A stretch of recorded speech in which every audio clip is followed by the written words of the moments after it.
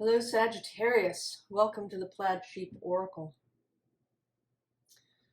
Oh, your reading is so interesting, Sagittarius.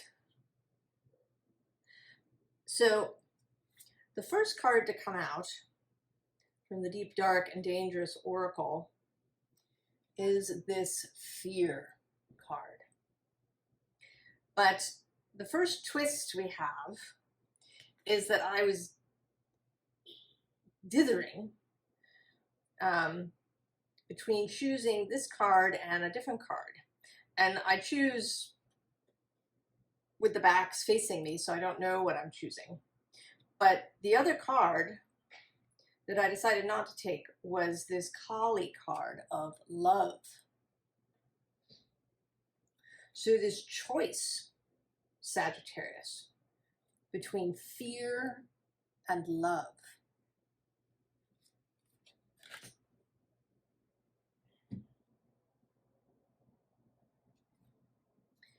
And then the other card that wanted to come out, and it was sitting on top of this deck, is this Magician card. And it often, and it did today, makes me think of Prospero, the character in Shakespeare's The Tempest.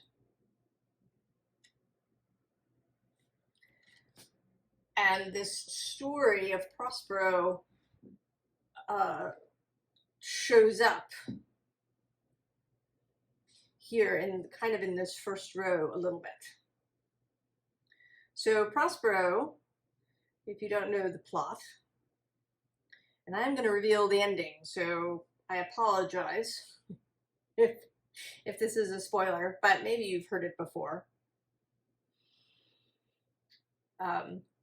Prospero was Duke of Milan, but his brother kind of steals the dukedom, and he maroons Prospero and Prospero's daughter Miranda on an island.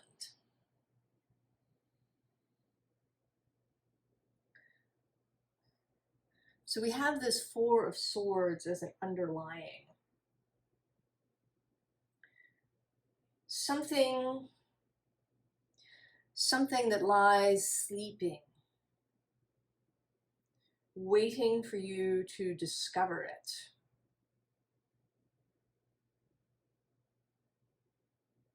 Something that lies sleeping. There is also a sense of a quest here a little bit. If you've been with me for a little while, you know that I enjoy stories, and that often my readings kind of have the quality of a story. There's a couple of readings where it is genuinely kind of a once upon a time beginning. And yours has this quality today too. Now right under this is this home away, this tempest, carrying this house away. And then right under that is this Ace of Swords. And this card, the Ace of Swords, the Ace of Air, has been following me around through various readings. So seeing something that has not been seen before. And then we have this lost girl, right? Shipwrecked with her boat on an island.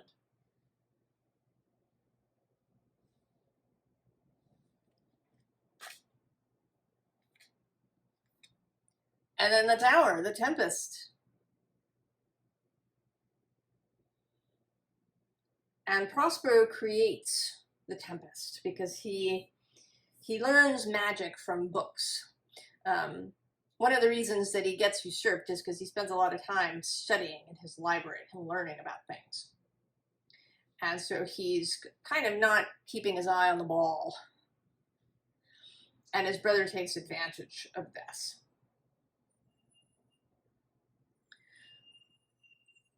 And then after he's been on the island for, I think, a dozen years,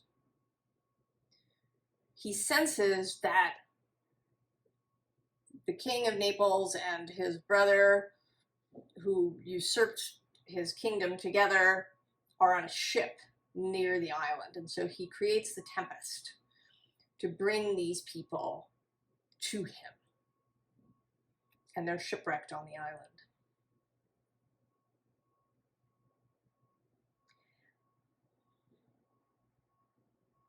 And I sort of feel like there's, that you aren't definitively Prospero here. That there are aspects of you in the other characters.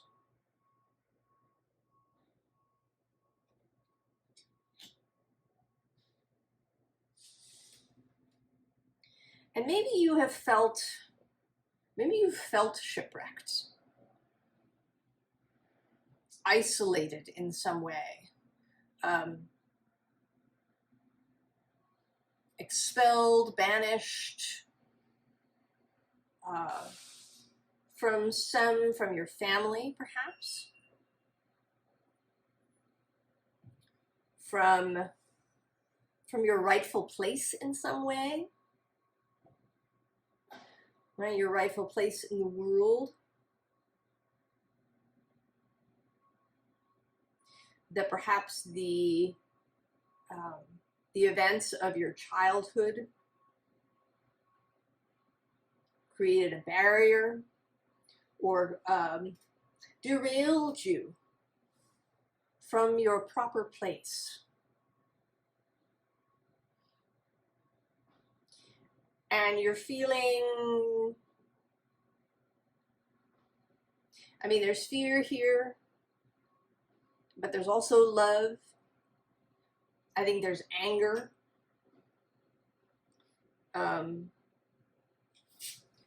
This lost girl has both a sense of grief, but also of anger that we can feel if we have been wronged in some way.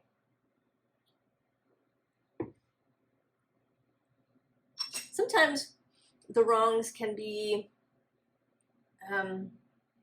unintended. Maybe if you had a parent die when you were a little kid. This can make you angry. Even though that, it's not that your parent intended to die, they didn't do it to you. But logic doesn't really have a place here.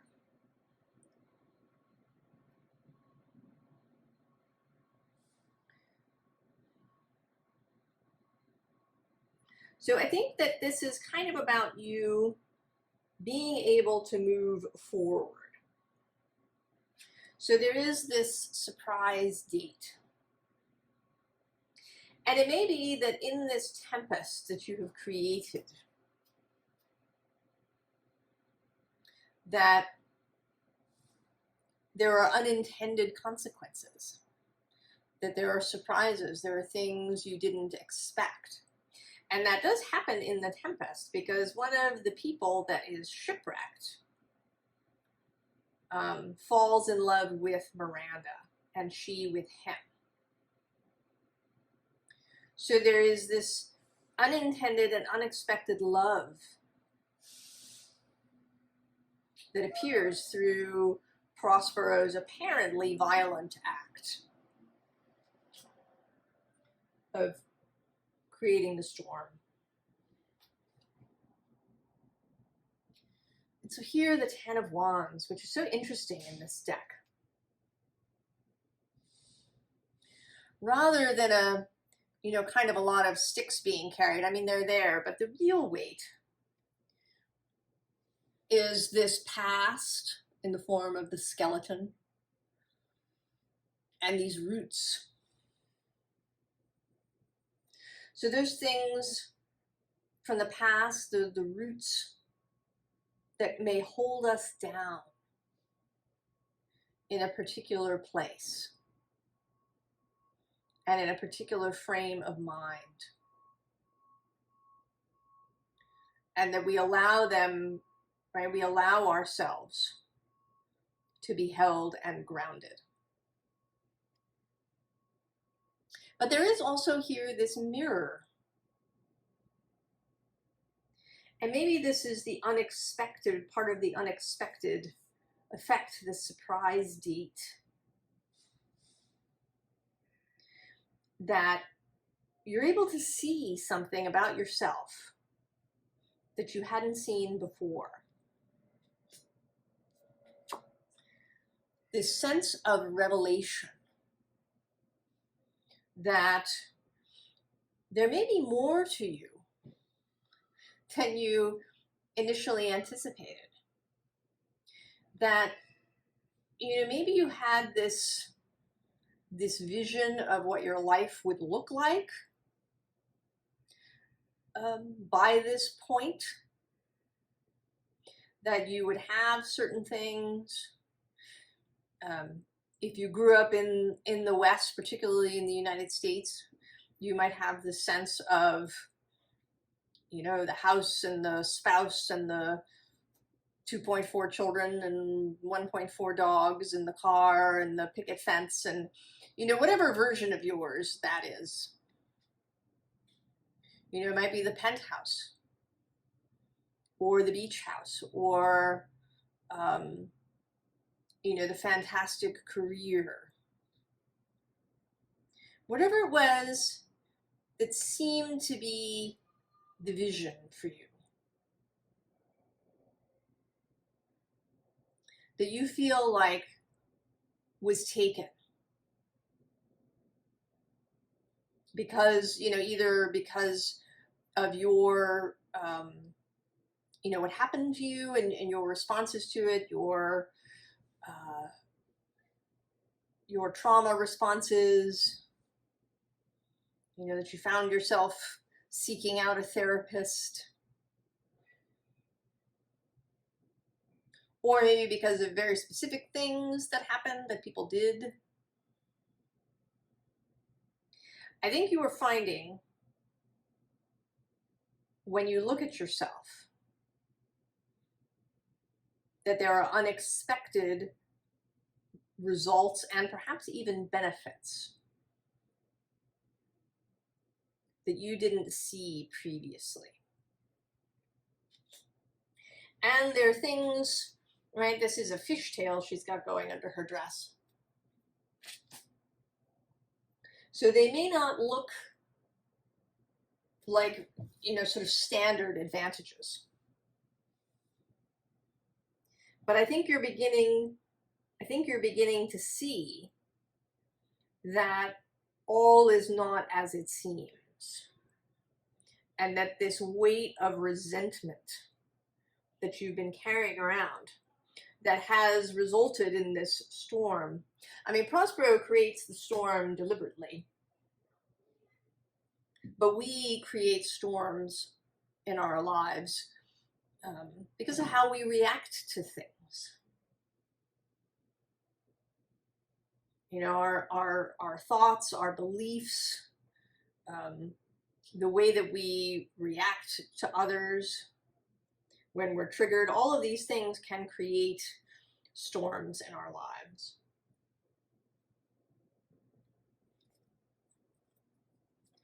So here the underlying is the Four of Earth. And it's very peaceful. And it's a sacred space, a stone circle. We have this multi-dimensional bee here. You can sort of picture yourself here on a late summer's day, right? The sound of bees buzzing, that sound of cicada in the trees, the heat of the day, a still point, a moment kind of out of time here in the stone circle.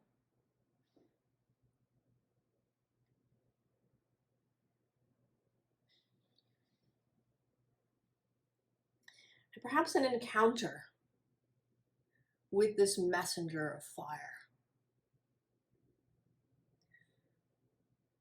He, right, his kind of reserve, his gentleness, his youthful spirit, that he wants, right? He's bringing you this message. You've seen yourself now. You've seen perhaps benefits, effects of your life and all of the things that have been in it.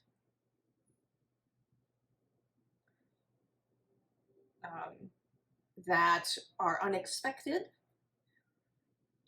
and how this might play out moving forward.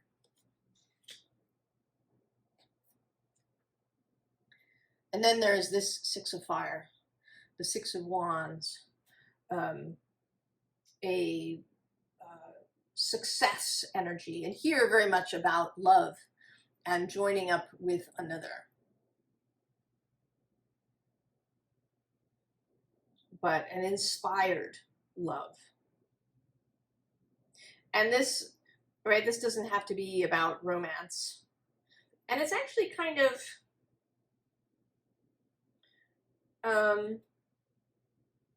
it's not the main message here. There has been a message showing up across the readings of an encounter, of a meeting of some kind. And the effects are a little different in each sign, but there's just this sense of the meeting up with some other, mostly other person, but could be a non-physical energy. But I think it's a person that could reveal to you the next steps, could reveal to you how love has been present all along, unseen.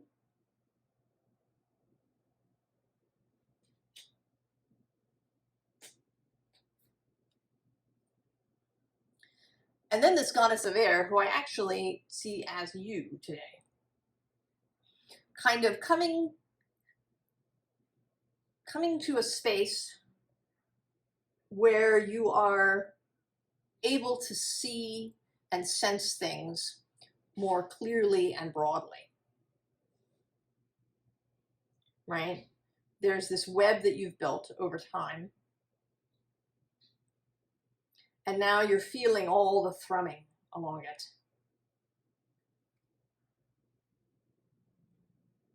You've gotten out of your own head. You've gotten out of this lost girl space.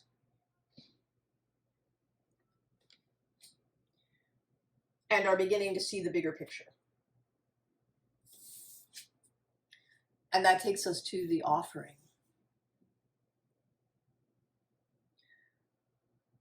To changing tack.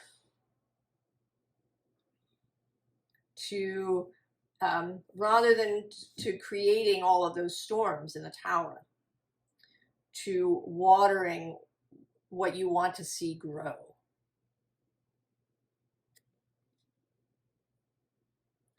Right, and the water that you spread here on this little sapling is going to feed the sapling, but will also spread through all of these lines of energy through the rest of your life.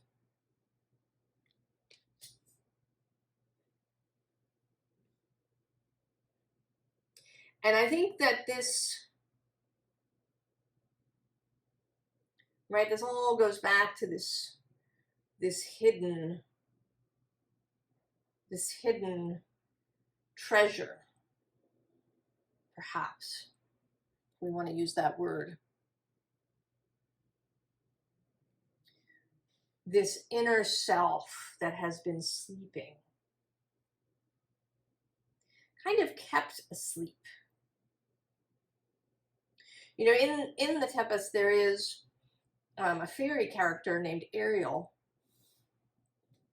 Prospero saves Ariel, initially releases him, and then Ariel feels beholden, but then he ends up kind of a slave to Prospero, because Prospero is so angry. And so if we think of, you know, Ariel as a part of yourself, as that light, fairy, soulful energy that we all carry with us, that now stands awake and seen by you, there to help you, right, water what you want to see grow.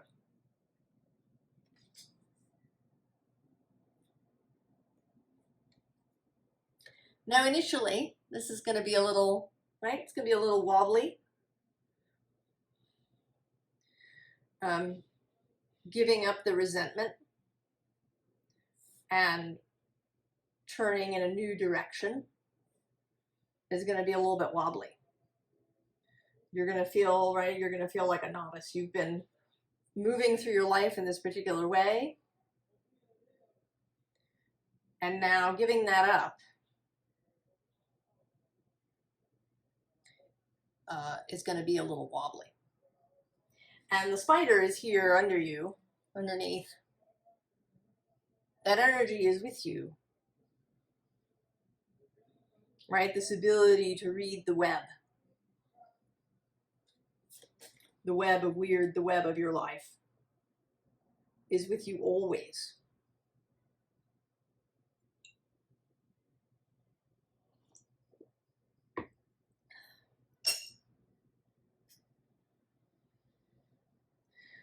So there is a sense here of forgiveness. And I don't use that word a lot because it is tricky, it's loaded. Sometimes it can feel like too much. It can feel like forgiving.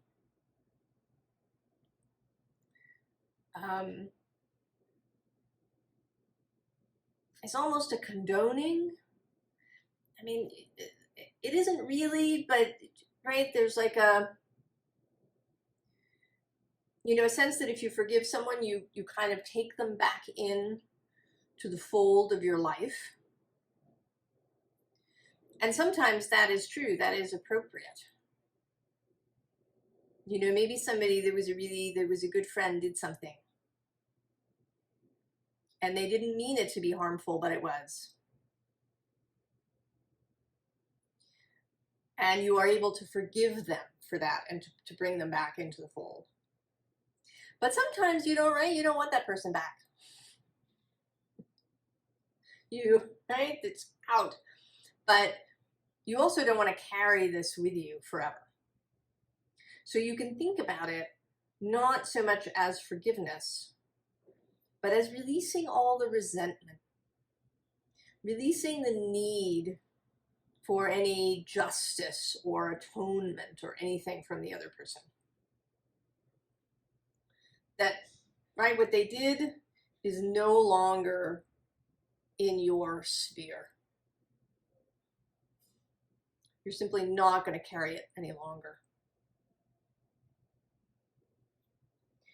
And in the play, Prospero, after much, there's many goings on and you know, mischief and whatnot that happens, of course. But in the end, there's a kind of a gathering moment, and Prospero forgives the people who stole his dukedom and marooned him. Right? It is the act of a real king, of a proper ruler.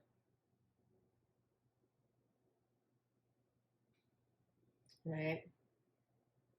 When he's on the island, he's kind of the ruler of the island, but he's so filled with resentment. And, you know, really that resentment that we carry is about fear. Because we can have this notion that if we release our resentment or we forgive, that we're going to be open to being hurt again. That the only way to remain safe is to keep our resentment, to keep our guard up, to move through the world expecting that someone's going to want to harm us or betray us or take advantage of us. That's how we stay safe. But that's also how we stay on the island, marooned and apart from others, from real intimacy with others. And so, of course, trust. Trust. So difficult sometimes. So difficult. And this lack of trust can show up in lots of ways. It can show up in our bodies,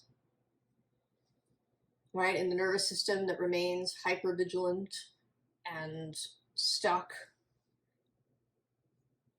in a kind of sympathetic response so that we can't ever really relax. And we end up with various, things going down in our bod.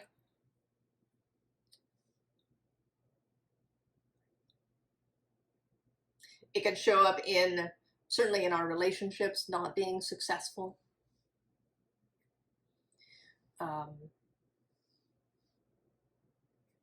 Right? And a lack of romantic or emotional, and even a lack of physical intimacy. Right? Because to really enjoy sex is to be open, to be relaxed, to be trusting. So cultivating trust. I mean, maybe that is actually this sapling. This sapling as trust, and that you want to water it. And by watering trust, by growing your own trust, that will spread through your life into all the areas and spaces that have been stuck, have been unhappy, have been painful. And then we get the hawk, the ability to see the big picture. And this grows too from trust, from not taking things personally. I know, and sometimes things, right? Sometimes things are, in essence personal, right? But at the same time, they are, really about the other person or the other circumstances. I mean, it does have effect on us, perhaps personally. But the idea of not taking something personally is to not carry it with you, to not build resentment and then lug that around with you.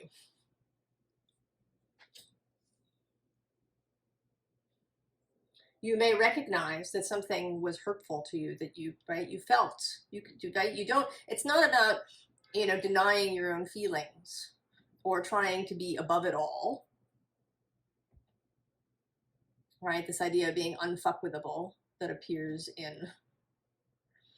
in spiritual circles. It's not that you don't feel something, that you're always kind of running around in this bland feeling of equanimity regardless. You may feel something, you may feel hurt, you may feel some anger, but it's the ability to process that. Acknowledge that this is true. Maybe assert a boundary appropriately, right? Maybe you never see that person again. That's possible, right? You go out on a date, it was terrible, you don't have another one. But you don't then carry that around with you. like a giant boulder in your backpack. And so we have the Six of Wands showing up again. Victorious, moving forward.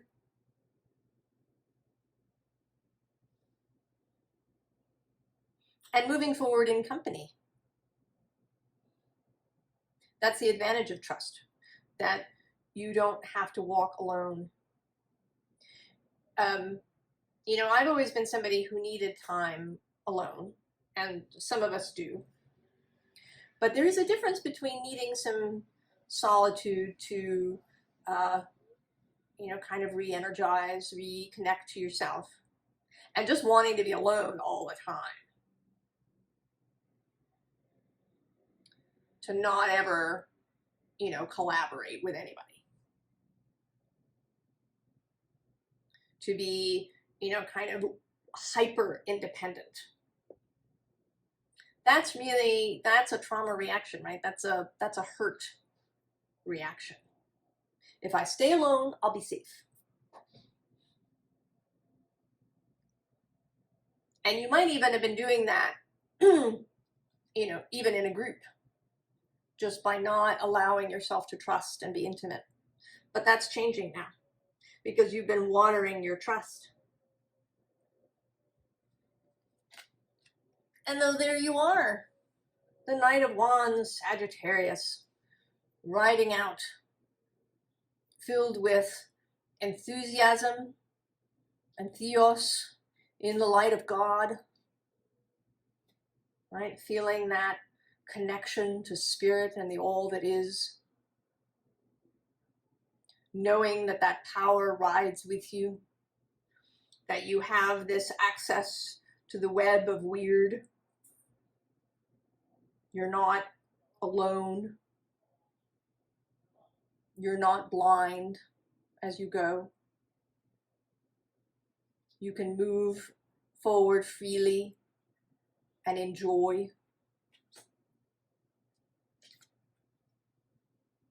And then the light of the Hermit. Releasing these resentments also opens you to the path of service. Service to others. And given freely, not as some sort of obligation. Because, right, because you have this trust. Most importantly, you have trust in yourself, in your own ability, in your own judgment.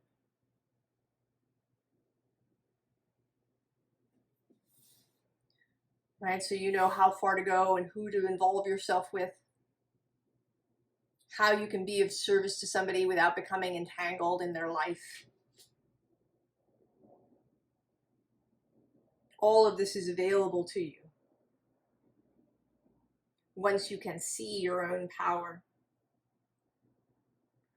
Once you stop carrying this resentment.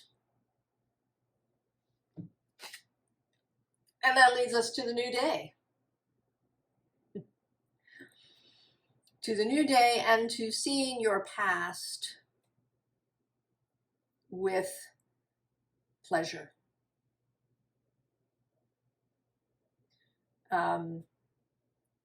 Steal from Lady Crow Tarot to bless that broken road that brought you here. To see the past with pleasure. To acknowledge that everything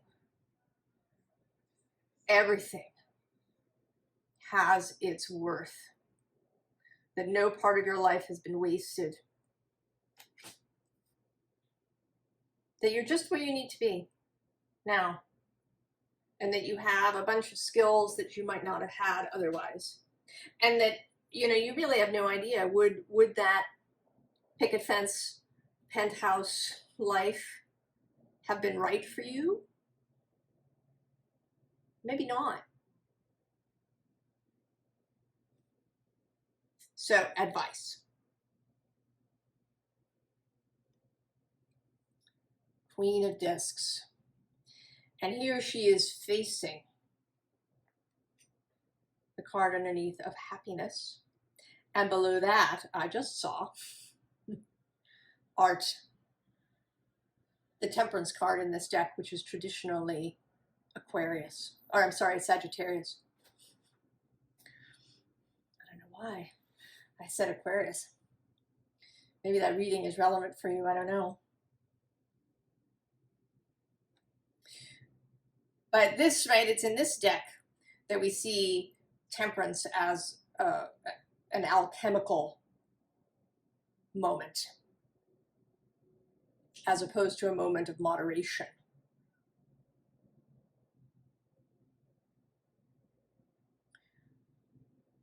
So the alchemy of, right, turning the lead of your past, that lead weight that you've been carrying around with you, turning it into gold.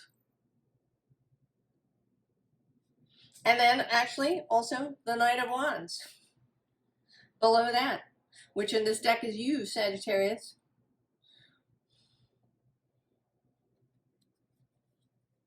Now, in order to face this way,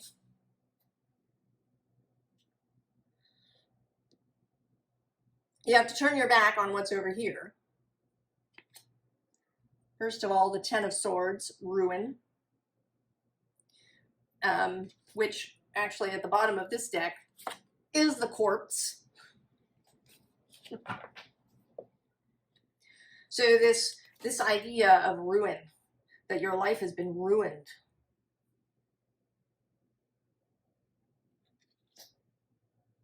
That it could have been so much more fantastic if only X, Y, and Z hadn't happened. To the Prince of Swords, who today is looking very aggressive. He doesn't always, but today he is, right? There's these three sort of small beings down here. And in this story of the Tempest, there's Ariel, and then there's also Caliban, who kind of gets imprisoned by Prospero. And then there's Prospero's daughter. And though he loves her very much, she is kind of also a prisoner to his, right, to his resentment, his rage.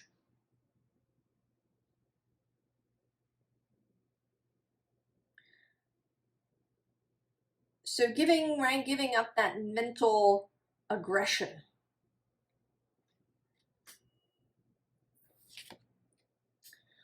And then today with the Princess of Swords, giving up the defensiveness, right? These are kind of two sides of the mental storm. There's this act which, you know, sort of feels aggressive, like he's about to bring the sword down on these figures. And here she appears today to be in this defensive posture, right? All this energy is coming at her and she has to defend herself.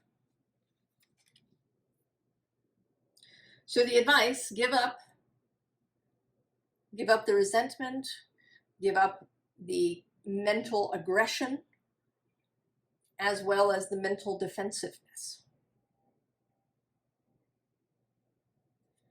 And face happiness, face this alchemical transmutation, face yourself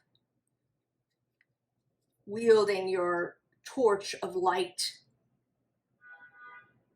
into the world. And actually right in this moment, in another deck, the Knight of Wands is facing up, and the Knight of Inspiration.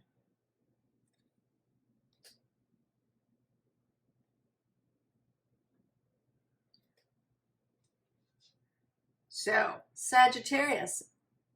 Now at the end of the story, Prospero breaks his wand and he draws his book, and he renounces magic. I don't want you to renounce magic. But in Prospero's case, the magic is really his resentment. Right? It's that kind of driving anger that allows him to raise the storm. And that's what he's giving up. He's giving up poring over these books of his past that are filled with wrongs and mistakes. He's going to drown that. He's going to break this staff that is filled with lead. He's going to give that up. He's going to give up this weight. And he returns to his life. His dukedom is restored. Miranda finds her love. The previous villains are forgiven and find their own redemption.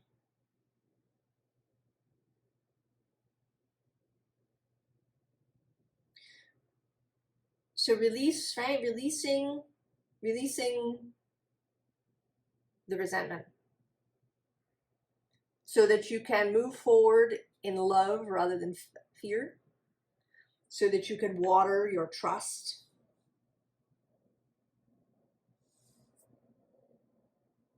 So that you can find your way back really to your core self, to the self that has lain hidden in a forest, waiting to be woken by you. For mixing fairy tale metaphor. I wish you all the very, very best, Sagittarius, moving forward. And I'll see you next time. So long.